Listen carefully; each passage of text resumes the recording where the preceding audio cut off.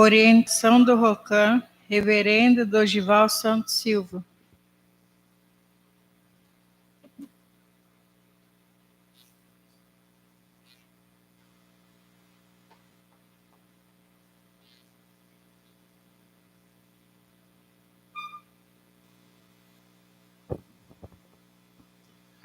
Boa tarde a todos. Na hora da oração aqui, conversando com Deus, né? Na pausa silenciosa, eu falei, Meixo Sama, depois de comunicar o que eu tenho que comunicar, com o objetivo de todo mundo, das pessoas, de ganharem sabedoria e tudo mais e tal, eu falei assim, que seja feita a sua vontade, mas que se faça a luz. Pô, não é que fez mesmo? Cara, é muito louco essas coisas, né? E veio um salmo muito, Meixo Sama, muito aqui, a gente sempre lê no Sorecha, né? O culto de hoje é motivo da alegria de Deus justo e da tristeza das entidades negativas. Hoje é um dia muito diferente, Setsubum. E vejam que doido, né? Foi na hora, no final da Zengenzang, no Canagará, que a luz veio. Não é? Eu estava comentando, né? Hoje, sem energia, tudo propício para realmente o fim, treva, vamos colocar assim. É o fim de uma era. E justamente no final da Zengenzang, no Canagará, se fez a luz. Então tem alguma coisa no mundo espiritual para acontecer, já está acontecendo, já aconteceu e vai se manifestar aqui para nós. Não sei o que é, a gente só sente. Porque a atmosfera espiritual também está densa. Né? Eu pedi para o ministro Ricardo ministrar, chorei, por quê? Porque eu precisava de um turbo. No dia do culto mensal, a luz de orelha fica muito mais intensa. Né? Então aquilo que você me falou lá, eu falei, vai quebrar aqui. Então tem que bater o pé no chão quando o negativo vir. Assim, aqui não, negão. Né? Aqui não, negão. E não pode nem falar negão, né? Senão a gente vai ser processado. Né? Então, assim, tem coisas que nós estamos vivenciando hoje no mundo que nós temos que ficar muito atentos com a força negativa. Né? Mas tem sinais de Deus que algo vai acontecer. É que vocês não viram, mas eu fiz uma oferta de gratidão aqui, que isso aqui não é um galho, é uma tora. Né? Misericórdia, bicho, é um negócio gigante. Nem cabe aqui no raçoco. Né? Você pega o bicho assim. Né? Falei, cara, se isso é um sinal que vai vir uma coisa muito grande, né, dona Deise? Então que vem. Né? Hoje é um culto muito especial, porque acumulamos o culto do Setsubum. Tem um ensinamento do Meixo Sama que fala sobre esta data, o milagre do dia do Setsubum. O Setsubum desse ano é o marco da chegada do Oshitorá no Kondin na Terra, como Ema Dayo, juiz do mundo espiritual. Por isso que a partir de agora, o julgamento vai se tornar mais severo. Só que isso não vai acontecer de uma só vez. Deus irá fazendo o julgamento pouco a pouco. Talvez, em consequência disso, será que a descoberta de vários casos de corrupção e suborno que vemos ultimamente não é o primeiro sinal que mostra claramente isso? Esse foi o grande milagre do dia do Setsubum. Mas ontem ocorreu um outro pequeno. Um comerciante veio até mim e trouxe um velho desenho da era Yuan da China, desenhado há mais de 400 anos. E o interessante é que o desenho era de Ema Dayo. Isso aqui é de 6 de fevereiro de 1954. Parece que o Meixo Sama está vendo os noticiários e está vendo que escreveu isso aqui. Né? Ema Dayo é o juiz do mundo espiritual. A lenda do Setsubum é que ele foi aprisionado durante 3.000 anos. Né? Por quê? Porque ele é Deus muito justo, o Shitorá no Kondin. E as pessoas, os deuses menores, não aceitavam, preferiam sacanagem, mentira, roubos. Era uma quizumba. Né? E ele era muito rigoroso e impedia isso. O que fizeram? Inventaram mentiras e o aprisionaram. E pegaram soja torrada, né? E jogaram, e diziam que ele só seria libertado se aquela soja torrada brotasse. Soja torrada não brota. Né?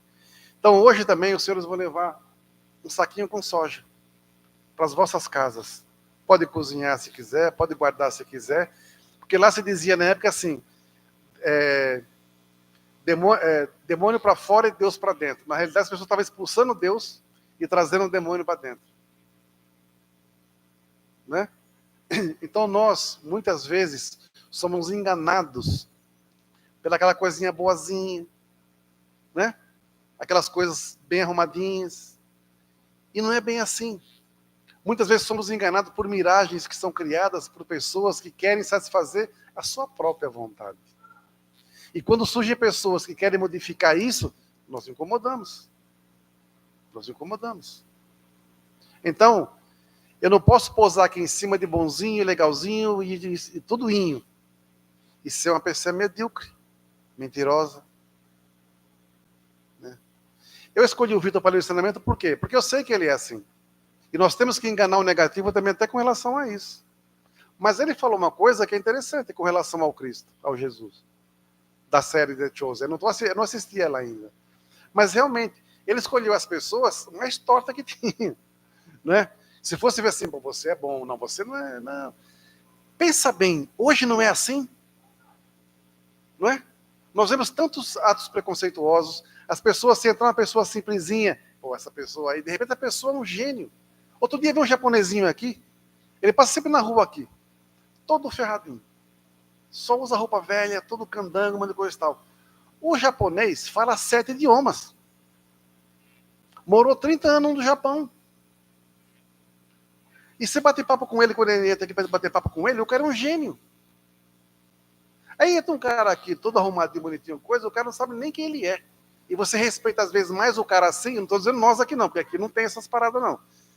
Mas dá mais valor para um cara todo arrumadinho do que uma pessoa mais simples. Por isso nós não podemos nos iludir pelas ilusões. Com Emadaiô foi a mesma coisa. Aprisionaram ele como um demônio. E na realidade colocaram o demônio para dentro das casas das pessoas. Porque as pessoas preferem isso. Elas se iludem com o mal. Julgamento. Estamos no limiar do grande julgamento divino. Amanhã às 10 horas estaremos realizando o culto do Richun, que Meixo Sama diz ser o dia do início do julgamento final. Terrível para quem tem máculas e pensamentos negativos. Bom, maravilhoso para as pessoas de coração verdadeiramente nobre e correto. Excelente para aqueles que estão sendo perseguidos pelo mal. Onde nós nos enquadramos nisso? Onde? Cada um, com a sua vida. Onde cada um se enquadra nisso? Né? Onde? Daquele caso da senhora. Né? Onde cada um se enquadra? O que será que Deus quer nos testar nessas condições? Como que é a nossa entrega, o nosso confiar? Né? Não adianta ficar sentado no sofá, dia, vida. Meu Deus, o culto não vai ser transmitido hoje. Será? Mas vieram pessoas de Santos, São Vicente, que estão aqui. O seu Sidney, que veio lá dos Cafundó, lá de Grajaú. Olha, eu acho que é mais longe de onde ele vem do que vocês. É verdade, vocês moram em Santos, São Vicente, é puf. Seu Sidney tem que fazer uma maratona, né, para chegar aqui. Né? Então, assim, é o esforço que a própria Cláudia mora longe, para também é outra viagem. Então, assim, é esse esforço que gera o milagre. Eu aprendi desde novo na fé, na messiânica, que não é só dedicação, fazer as coisas, não é isso só que gera a graça. O que gera a graça é o seu esforço em buscar essa evolução.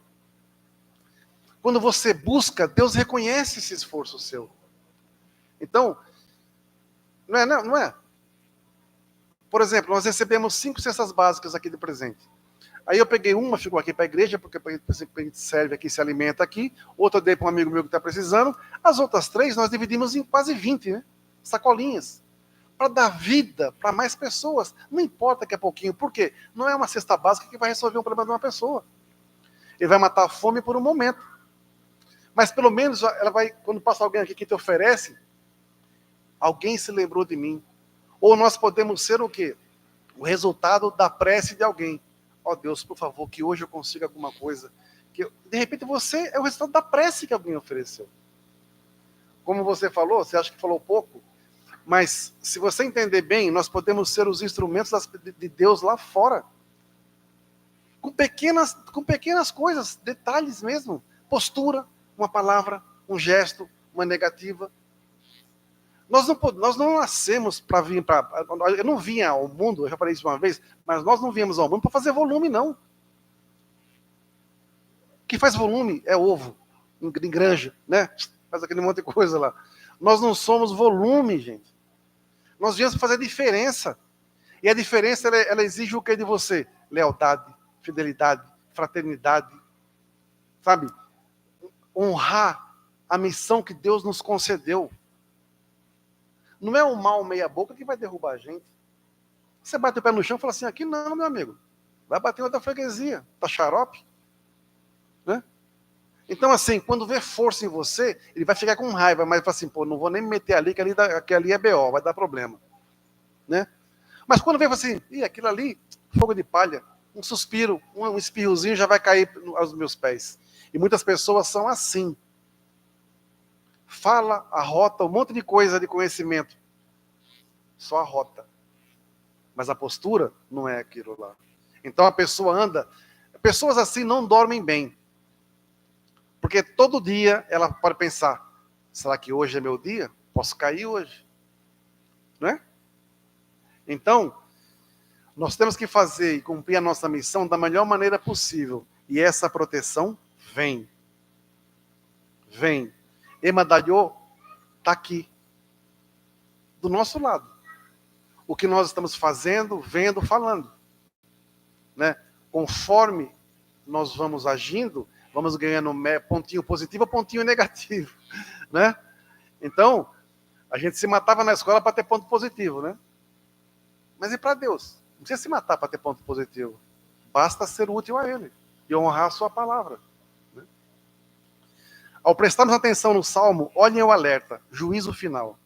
Chegou o tempo de ficarem perdidas muitas pessoas que orgulhosas negam a existência de Deus. Nunca existiu exemplo igual de julgamento. Refletem em todos os olhos a proximidade da hora. São referências ao batismo pelo fogo, as derradeiras palavras de Cristo sobre o juízo final. Meixo Sama nos dá sinais claros sobre o que está por vir. A separação do joio e do trigo começa de forma bem sutil. Basta prestar atenção nesse trecho do ensinamento de hoje. Quanto maior a expansão de consciência por parte dos membros, maior será a expansão da nossa igreja, em termos de qualidade. A quantidade pode vir a ser uma circunstância natural, porém, é a expansão da qualidade que determina a preservação da continuidade da fé e da capacidade de transformar a noite em dia. A natureza ensina. Será que estamos preparados para ouvir a sentença divina sobre quem somos nós de verdade? Né? Vamos supor que de repente Emadalhô fala assim, ô Isabel, vem cá, vamos levar um papo aqui. Vamos fazer uma prévia. Você já viveu... Você está com quantos anos, Isabel? Sempre 60? De repente você fala assim, tem mais 60 pela frente aí. Metade da sua vida já foi. Vamos fazer uma pausa aqui para ver o que rolou aqui. Você tem um tempo para corrigir. Será que dá tempo? Mas eu fiz isso. Você fez isso aqui sim. Isso aqui também... Não é possível. Você fez sim. Muitas vezes vamos ser acusados, vamos dizer assim, julgados por coisas que a gente nem lembra que fez, mas nós fizemos. E nós sabemos que fizemos, mas nós não queremos ouvir que fizemos. Não é? Mas quando você se confronta contigo mesmo, você consegue entender o poder de Deus para contigo, porque Ele tirou a venda sobre você mesmo. Você reconhecer que está falho e precisa melhorar, isso não é pecado. Pecado é você se tomar um porre de presunção e achar que você é infalível, que você não erra. Ninguém está aqui porque é santo, é. Nós não reencarnamos porque estava lá passeando no céu, tocando harpa, né? Cansei de tocar harpa, vou descer, vou reencarnar, para ver o que tem, né? E justo no Brasil. Tanto lugar para o cara reencarnar, vai nascer no Brasil. Só Deus falou que era nascer indiano na próxima vida, né? Então, assim, quer aprender a cozinhar as comidas indianas. Ele se encantou com o negócio. Então, assim, nós estamos aqui para cumprir uma missão maravilhosa dada por Deus. Nossos antepassados confiaram na gente. Agora, o que nós estamos fazendo para honrar essa missão? Né? Nós, messiânicos, cremos em Deus e Meixo Sama. A fé ilumina a nossa vida em um processo em que aquilo que temos em nós de obscuro e distorcido será de maneira crescente purificado. Cristo diz no Evangelho de João, olha isso aqui, Apocalipse de João. O julgamento é este, que a luz veio ao mundo e os homens amaram mais as trevas do que a luz, porque as suas obras eram más. Eu sentado aqui, antes de começar o curso, só vinha esse trecho da minha palestra na minha cabeça, né? Tem algo importante a se considerar sobre a luz. O fato de que ela aparece. Além de purificar, aparece. Mesmo para aqueles que têm os olhos fechados, mesmo para os cegos, como um clarão. Há como escolher e amar mais as trevas. É o que faz a grande maioria do mundo. Há como reagir mal à percepção da luz, persegui-la, prendê-la e crucificá-la. Mas não há como não perceber a luz. A gente estava aqui preocupado se ia chegar a luz ou não. Falou-se que só chegaria aqui às 16 horas. Mas estava preparado para chegar às 16 horas. Não está nem com nada. Só que ao mesmo tempo, a nossa preocupação era o quê? Era a luz ou a falta da luz? Era a falta da luz, não era? Nós nos preocupamos mais com o quê? Com as trevas. Sem perceber, não é? Mas estava incomodando, não estava incomodando? É sinal que nós queríamos o quê? Nós queríamos a luz. Que é para isso que nós somos movidos. Mas para quem não está nem aí, tanto faz como tanto fez. Mas nós estávamos mais preocupados com a treva do que com a luz. Então, foi uma grande lição esse culto de hoje, dia de hoje. Né? Porque realmente, é bem isso aqui. Não há como não perceber a luz e como não ficar feliz com a luz. Com o que gerou a luz, a atmosfera, né? Refrescou. Né? Então, assim, não é diferente de fazer um culto no escuro?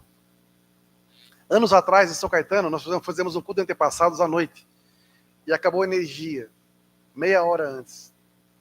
Nós colocamos aqueles negócios de vela que tem aí, uns parecidos, nas duas pontas do raçoco, e fizemos um culto à luz de velas. Mas fizemos o culto.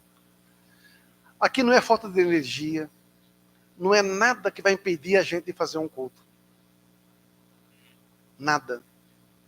Porque o mal não pode ter vez. A treva para nós nunca vai ser importante. É a luz que vale. A luz, então, quando realmente presente, pode ser notada por todos, mesmo pelos que vivem na escuridão. Isso quer dizer que crer, ter conosco a presença de fé em Deus, que é luz, implica que a luz apareça em nós, através de nós, até a possibilidade de resplandecermos com ela. Somos então sentidos e percebidos pelos nossos próximos, como pessoas em que a luz está presente, que estão em um processo de acolher a luz divina, a iluminação da fé. Isto é o servir, isso é o milagre do servir. Você foi comprar os trem lá para ir para sua casa lá e comprar uns copos descartáveis que tinha acabado aqui, ministro Sandra. Aí uma senhorinha pediu para ela para comprar umas balinhas.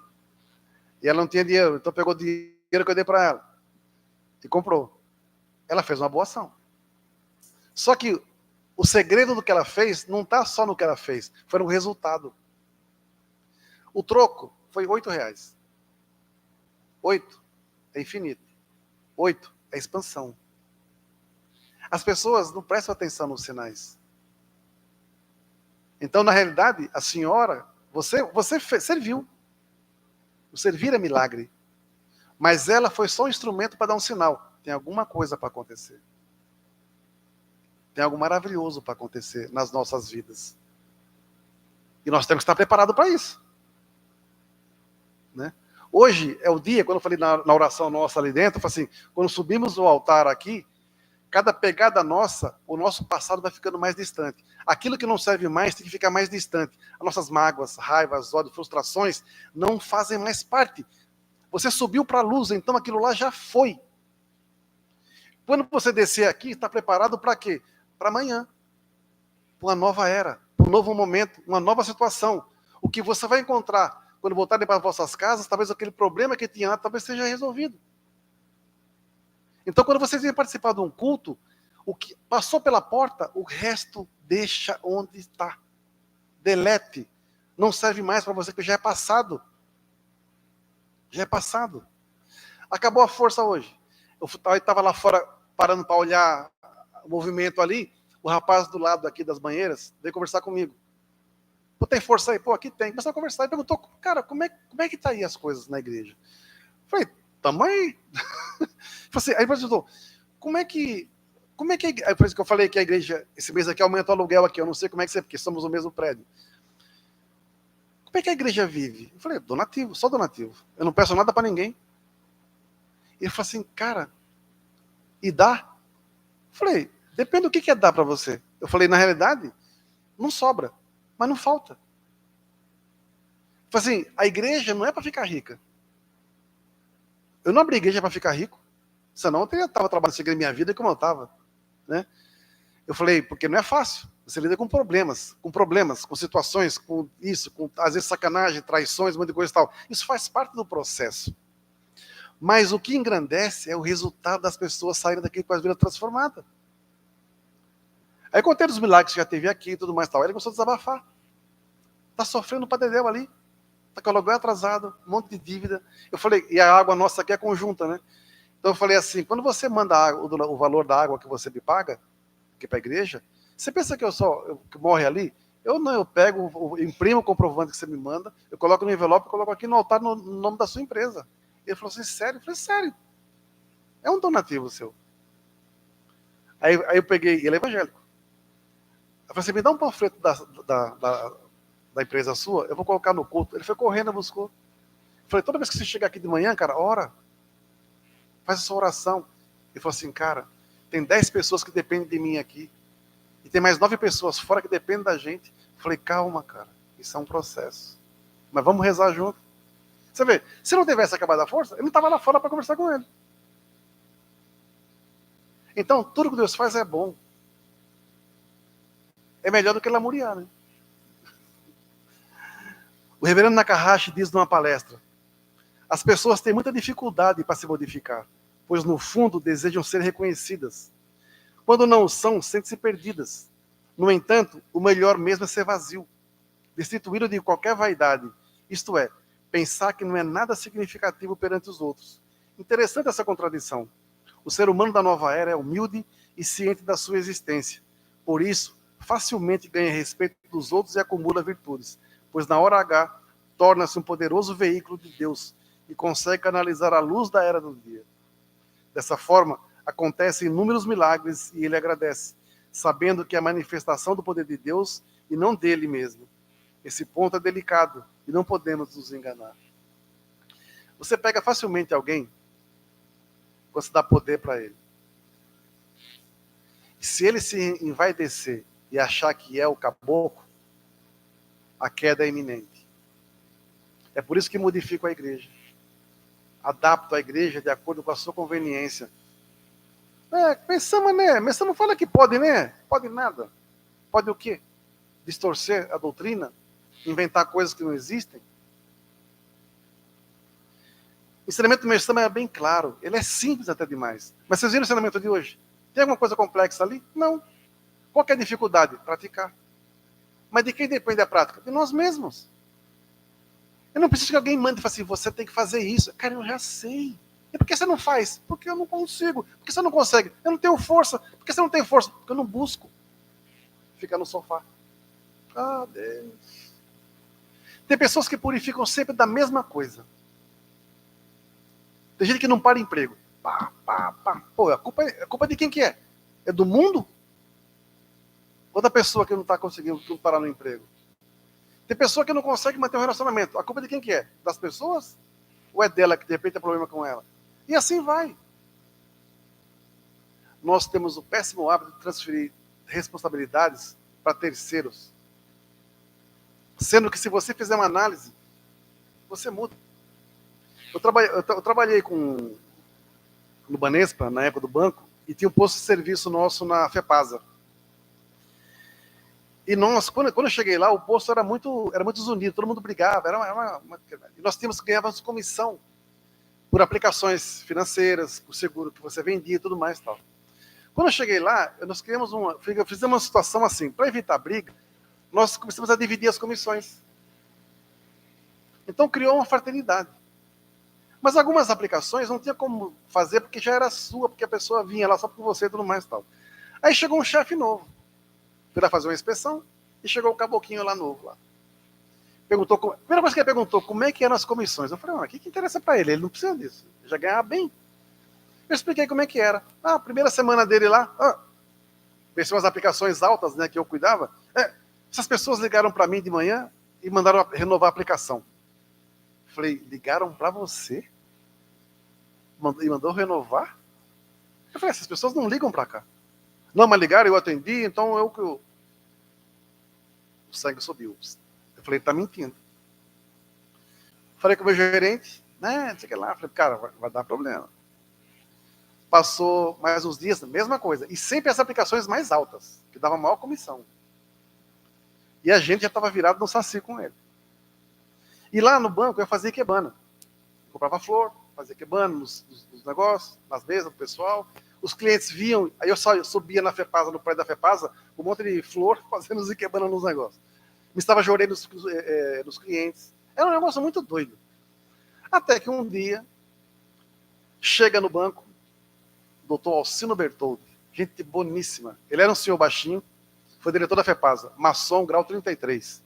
Ele me deu um livro de maçonaria, eu dei um livro dele de ensinamento missionário para ele. E trocava ideia horrores. E ele vinha sempre com charuto. Pensa num homem baixinho e brabo. Ele entrou no banco brabo mesmo. Sentou na minha mesa, estou muito irritado, muito bravo. Falei, por quê, doutor? Alguém me ligou. E você sabe que ninguém liga para mim, na minha casa, nos meus negócios, para falar sobre as minhas coisas. Não fui eu. Eu sei que não foi você. Por isso que eu estou aqui. Essa pessoa não é honesta. Eu quero saber quem que é. Chamei o gerente. Ele veio. Falei, chama a criatura. O homem foi lá, mas pensa no cliente que arrebentou com a vida desse cidadão. Eu falei, aí, só passei. Você ouviu que eu avisei que ia dar problema. Então criou-se um rolo lá na nada. Esse cara foi humilhado no banco por esse cliente. E com razão. Atrás dele chegaram outros clientes. E nós não fizemos, eu não fiz nada, não liguei para ninguém. Os próprios clientes viram, porque eu não ligava. Era a minha postura. Eu respeitava a opinião deles. O cara quis agir de má fé. Quando o cliente foi embora, o meu gerente deu um esculacho nesse cara. E esse cara ficou com ódio de mim. Você não presta, você é um macumbeiro, você fica fazendo essas flores aqui, isso é macumba, você é do mal. Eu falei, cara, você tem problema, bicho. Falei, você deve ser um cara mal amado em casa, sofrendo pra caramba, seus filhos devem te odiar, sua esposa deve ter nojo de você, você não deve ter amigo, você é uma pessoa insuportável, porque você não fala a verdade. E você mente. O homem derreteu na minha frente. A partir desse dia, ele me respeitou. E nunca mais agiu de má fé. Porque eu bati o pé no chão. Mas sem usar subterfúgios. Ele mesmo, a máscara caiu. Teve a confraternização do banco, do nosso grupo. Quando chegamos na churrascaria, a gente chegou cedo. Quem estava lá? Ele e a família, na ponta da mesa. Ninguém mais. O resto, tudo longe dele. Pois eu fui lá, sentei, cumprimentei ele, a esposa, a família, e fiquei com o pessoal que estava junto, porque eu não tinha assunto com esse cara. Então, assim, às vezes a vida ensina de formas que às vezes são dolorosas. Mas você não precisa fazer nada. É só manter a sua linha. Que a pessoa desaba sozinha e do jeito mais feio. Mentiu pelas costas, vai ouvir a verdade pela frente. Agiu desonestamente usando o nome de Deus, vai ouvir pela frente o que você fez. Por um lado, a descrição na fé tem uma qualidade positiva. Se é avaliada como o contrário de uma postura exibicionista que Bicho Sama, Cristo, Buda e tantos messias condenam, pois pode ser apenas postura artificial, não significando que há de fato fé e graça, ou mesmo hipocrisia. Porque em todo lugar que eu trabalhei, eu sempre fui messiânico. Sempre fui messiânico. Me estava jorei, fazia ikebana, encaminhava pessoas. Eu nunca deixei de ser messiânico.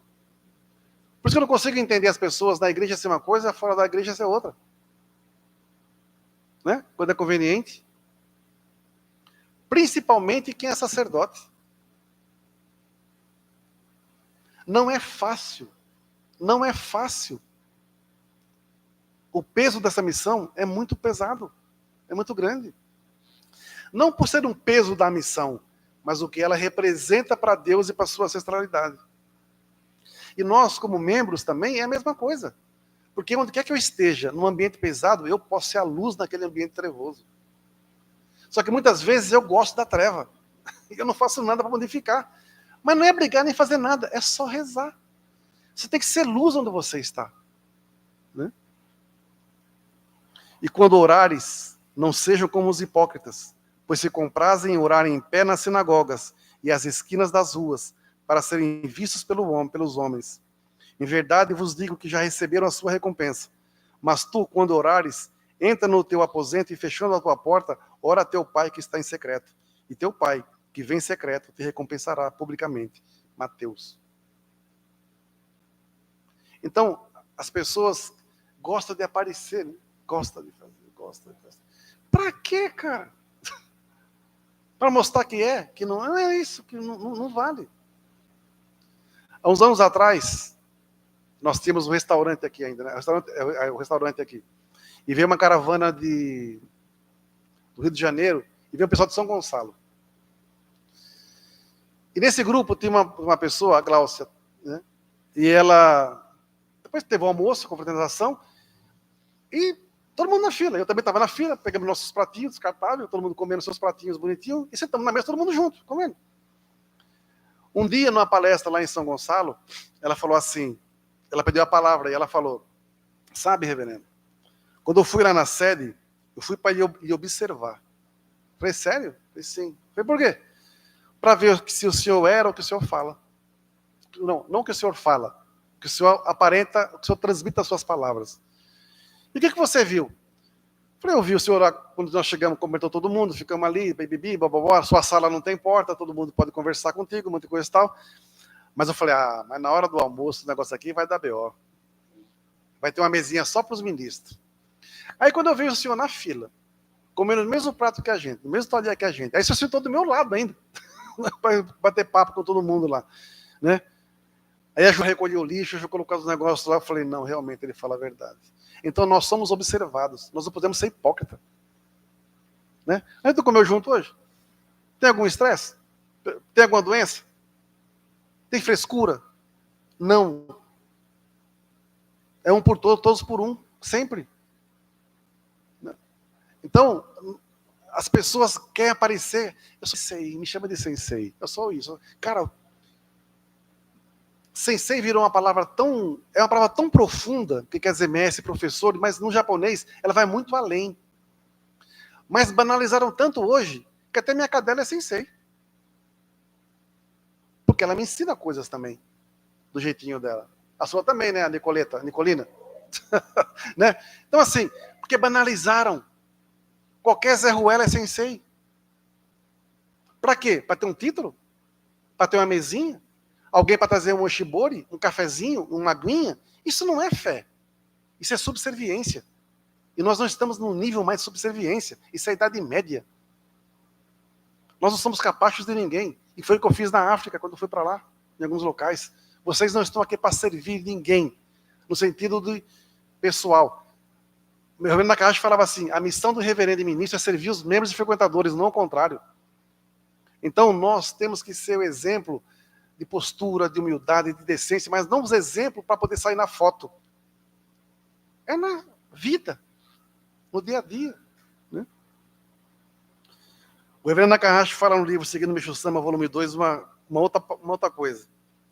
Ele diz assim, assim a humanidade e o arrependimento de nossas falhas fazem com que Deus conduza o nosso caminho e o prepare para o dia do julgamento.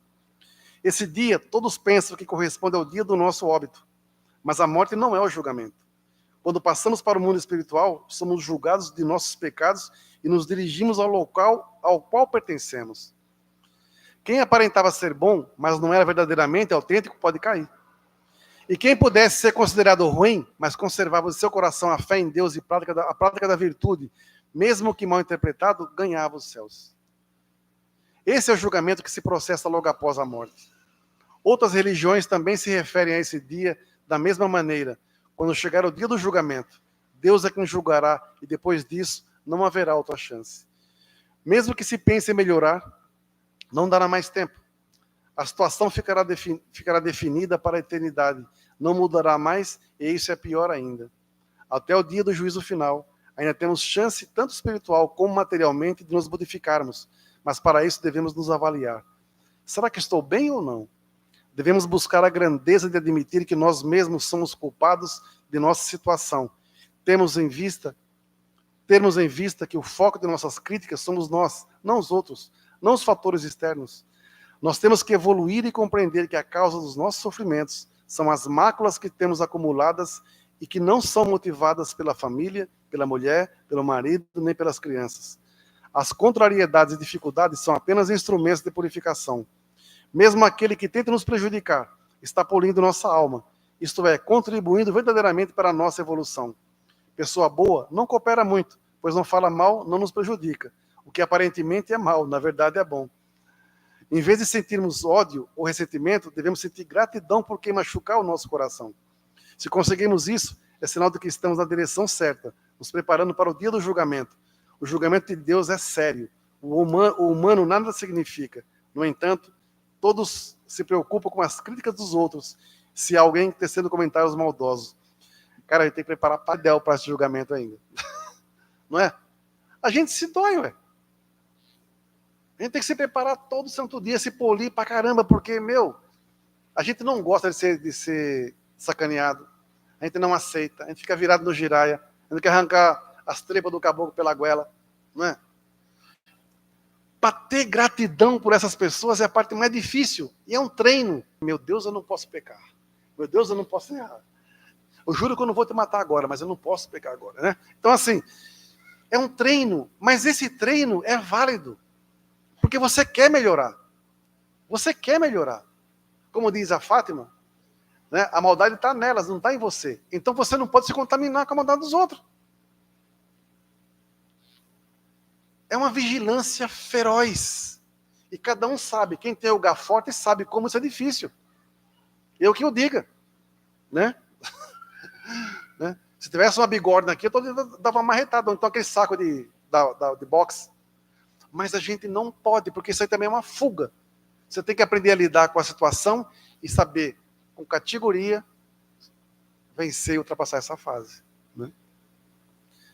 Além disso, se nós messiânicos nos ancoramos e nos expressamos mais firmemente no mundo através da nossa fé Meixo-sama, com uma fé que nos transforma e que se realiza, uma das consequências imediatas é que afastamos a opressão que possa vir dos descrentes.